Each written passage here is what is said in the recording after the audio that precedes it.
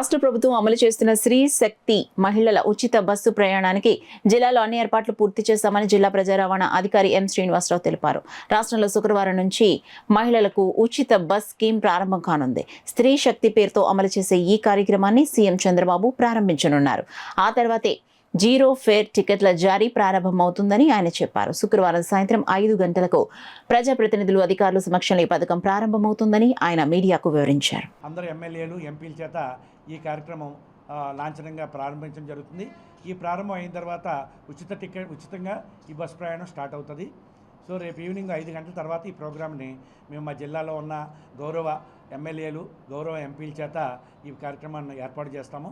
దానికి అన్ని విధాల మా యొక్క ఈపాస్ మెషిన్లో అంటే టికెట్ ఇష్యూయింగ్ మెషిన్లో దానికి అనుగుణంగా సాఫ్ట్వేర్ మార్పు చేయడం జరిగింది. దాంట్లో ఈ యొక్క ఫ్రీ పాస్ కోసం ఒక సెపరేట్ కీ పెట్టడం జరిగింది. ఆ కీ నొక్కితే ఆటోమేటిక్గా జీరో టికెట్ వస్తుంది. జీరో టికెట్లో పైన మనకి స్త్రీశక్తి పథకం అని ఉంటుంది. దాని కింద మీ ప్రయాణపు ఛార్జీ ఇంతని వస్తుంది. అలాగే ప్రభుత్వం రాయితీ ఇంతని వస్తుంది. దాని చివరిలో ప్రభుత్వం ఇచ్చే రాయితీ టికెట్ ధర 0 అని వస్తుంది. సో ఈ టికెట్లన్నీ కూడా మాకు జీరో పథకంగా ఇచ్చిన టికెట్లన్నీ కూడా మాకు చివరిలో గవర్నమెంట్ నుంచి తిరిగి చెల్లించడం జరుగుతుంది. నెలవారీ మేము సబ్మిట్ చేసిన డీటెయిల్స్ని బట్టి ప్రభుత్వం తిరిగి మాకు ఇవ్వడం జరుగుతుంది.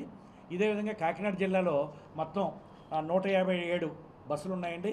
అవి అందులో 39 అల్ట్రా పల్లె వెలుగు బస్సులు, 136 పల్లె వెలుగు బస్సులు, 2 ఎక్స్ప్రెస్ బస్సులు ఉన్నాయి. ఈ బస్సులో ఈ యొక్క మహిళా పథకానికి అందరూ కూడా మేము సమాయత్తం చేశాము. ఈ బస్సులో 177 బస్సుల్లోని మహిళలు ప్రయాణం చేయవచ్చు. ఈ బస్సుల్లో మేము ఆ ప్రయాణికులకు ప్రయాణం కోసం అనుకూలంగా బస్సులు సీట్ల కండిషన్ మెరుగుపరిచాం. అలాగే మహిళలు పట్టుకోవడానికి ఆర్మ్ స్లింగ్స్ ఏర్పాటు చేసాం. పట్టుకుని నిలబడడానికి ఒకవేళ నిలబడి ప్రయాణికులు ఉంటే వాళ్ళు పట్టుకోవడానికి గ్రాబ్ రైల్స్ ఎక్కేటప్పుడు అనుకూలంగా ఉండేటట్టు కానీ అన్ని మార్పులు చేర్పులు చేసాం. స్ప్రింగ్ కండిషన్ మెరుగుపరిచాం, టైర్ల కండిషన్ మెరుగుపరిచాం. బస్సులో ఎటువంటి వాననీరు లీక్ కాకుండా అన్ని చర్యలు తీసుకున్నాం. షట్టర్ గ్లాసులు, విండోలు మూవ్ చేసుకోవడానికి ఫింగర్ పుల్స్ అన్నీ ఏర్పాటు చేసాం.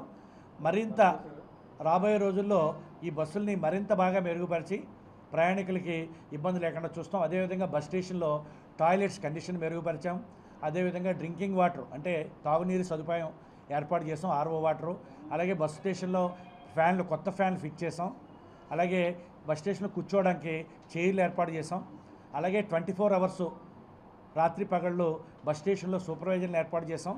అరగంటకు ఒకసారి బస్ స్టేషన్ క్లీనింగ్, స్వీపింగ్ ఏర్పాటు చేసాం. ఈ యొక్క పథకాన్ని పూర్తిగా విజయవంతం చేయడానికి కావాల్సిన అన్ని చర్యలు తీసుకున్నామని తెలియజేయడానికి సంతోషిస్తున్నామండి. మహిళలకే కాకుండా మనకి ట్రాన్స్జెండర్స్ వారికి కూడా ఉచిత పథకం ఇది రాబోతున్నాయి. కాకినాడ డిపోకి కాకినాడ జిల్లాకి 50 ఎలక్ట్రిక్ బస్సులు వస్తున్నాయి.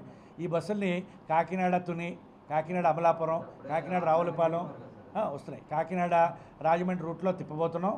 వీటికి ఛార్జింగ్ ఫెసిలిటీసు, సబ్స్టేషన్స్ వాటిలన్నింటినీ కూడా ఏర్పాటు చేయడానికి కేంద్ర ప్రభుత్వానికి ప్రపోజల్ పంపించాం. 5 కోట్లు శాంక్షన్ ప్రాసెస్లో ఉంది. అది రాగానే అన్ని ఏర్పాట్లు చేస్తాం. ఎక్కడన్నా ప్రయాణమేనండి వెళ్ళొచ్చు. ఎన్ని కిలోమీటర్లు అంటే ఇప్పుడు సపోజ్ ఇక్కడ నుంచి వైజాగ్ వెళ్ళాలనుకోండి, ఇక్కడ నుంచి తుని వరకు బస్సులు ఉన్నాయి, తుని నుంచి అనకాపల్లి ఉన్నాయి, అనకాపల్లి నుంచి వైజాగ్ ఉన్నాయి. అలా వెళ్ళొచ్చు. డైరెక్ట్ బస్సులు లేవు.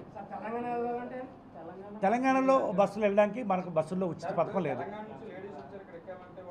వాళ్ళకి ఉచిత పథకం లేదండి. మనకి ఆంధ్రాలో వాళ్ళకి ఇక్కడ డ్రైవర్లు, కండక్టర్లు, సూపర్వైజర్లు అందరినీ కూడా మేము ట్రైనింగ్ ఇచ్చాము, వ్యక్తిగతంగా కౌన్సిలింగ్ చేశాము. ఎటువంటి ఫిర్యాదులు రాకుండా చూసుకుంటాము సార్ అని చెప్తాను.